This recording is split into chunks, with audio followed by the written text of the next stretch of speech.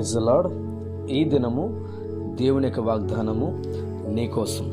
ఇరిమ్యా గ్రంథము 30వ అధ్యాయము 17వ వచనం. నేను నీకు ఆరోగ్యము కలుగజేసేదను, నీ గాయములను మాన్పేదను. దేవుడు ఈరోజు మనతో మాట్లాడుతున్నమాట. మనకి ప్రభువారు మంచి ఆరోగ్యమును ఇవ్వడానికి ఇష్టపడుతున్నాడు. కొన్ని సందర్భాల్లో అనారోగ్యం బట్టి ఎంతగానో మనం ఇబ్బంది పడుతుంటాం. రకరకాల మందులు వాడుతున్నాం, రకరకాల హాస్పిటల్కి వెళ్తున్నాం. అయినప్పటికీ మనకున్న అనారోగ్యం తగ్గక ఇబ్బంది పడుతున్నాం. ఈ రోజున ప్రభు చెప్తున్నమాట, నీకున్న ప్రతి అనారోగ్యాన్ని ప్రభు దూరపరచడానికి ఇష్టపడుతున్నాడు. నీ మీద ఉన్నటువంటి ప్రతి గాయమును దేవుడు మానపడానికి ఇష్టపడుతున్నాడు. సో గమనించండి, గాయం అనేది కొన్ని సందర్భాలు శరీరానికి గాయం తగులుతుంది, హృదయమునకు కూడా గాయము తగులుతుంది. ఈ గాయము కొన్ని సందర్భాల్లో మనము కోలుకోలేము. అంత భయంకరమైన గాయము చేత, అనారోగ్యం చేత బాధపడుతుంటాం. కొన్ని సందర్భంలో మన జీవితంలో శారీరకపరమైనటువంటి అనారోగ్యం గురవుతుంటాం. ఆత్మ సంబంధంగా భక్తి జీవితం ఎదగలేక కూడా అనారోగ్యానికి గురవుతున్నాం. ఈరోజు భక్తి జీవితం వెనకబడిన అనారోగ్యమా, శారీరక సంబంధమైన అనారోగ్యమా, లేదా నీ హృదయమునకు తగిన గాయమైనటువంటి బలహీనత, అది ఏదైనా కావచ్చు. ఈ రోజున ప్రభువారు నీకు ఆరోగ్యం ఇవ్వబోతున్నారు.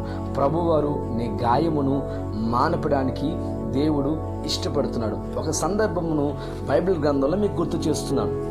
2వ రాజుల గ్రంథము 5వ అధ్యాయంలో సిరియారాజు సైన్యాధిపతి అయిన నయమాను అటువంటి ఒక వ్యక్తి కనబడుతున్నాడు.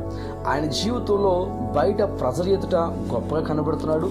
రాజుగా గొప్ప గొప్ప జయ జీవితాన్ని కలిగిన అనుభవాలు ఆయన కలిగి ఉన్నాడు. మహాపరాక్రమశాలిగా పేరు కలిగి ఉన్నాడు.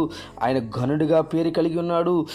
మంచి మంచి నామము కలిగి తన జీవితం ముందుకు వెళ్తుంది. కానీ తన జీవితంలో కుష్టి వ్యాధి అనే అనారోగ్యంతో బాధపడుతున్నాడు.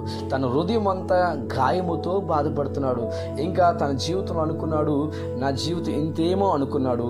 కానీ ఒక చిన్న బిడ్డ సువార్త చేసినప్పుడు ఆ మాట విని దైవజన ఎదుగు వెళ్ళి ప్రార్థన చేయించుకున్న తదుపరి 7 మార్లు యోర్దాను నదిలో మునిగిన వెంటనే ఆయన యొక్క శరీరము, ఆయనకున్న అనారోగ్యం అంట అప్పుడే పుట్టిన పసిబిడ్డ ఏ విధంగా ఉంటుందో పసిపిల్ల దేహం వలె తన శరీరం అంతా కూడా మారిపోయింది. ఈ రోజున ఎందుకు నేను ఆ సందర్భాన్ని గుర్తు చేస్తానంటే, అనారోగ్యము రకరకాలుగా ఉంటుంది.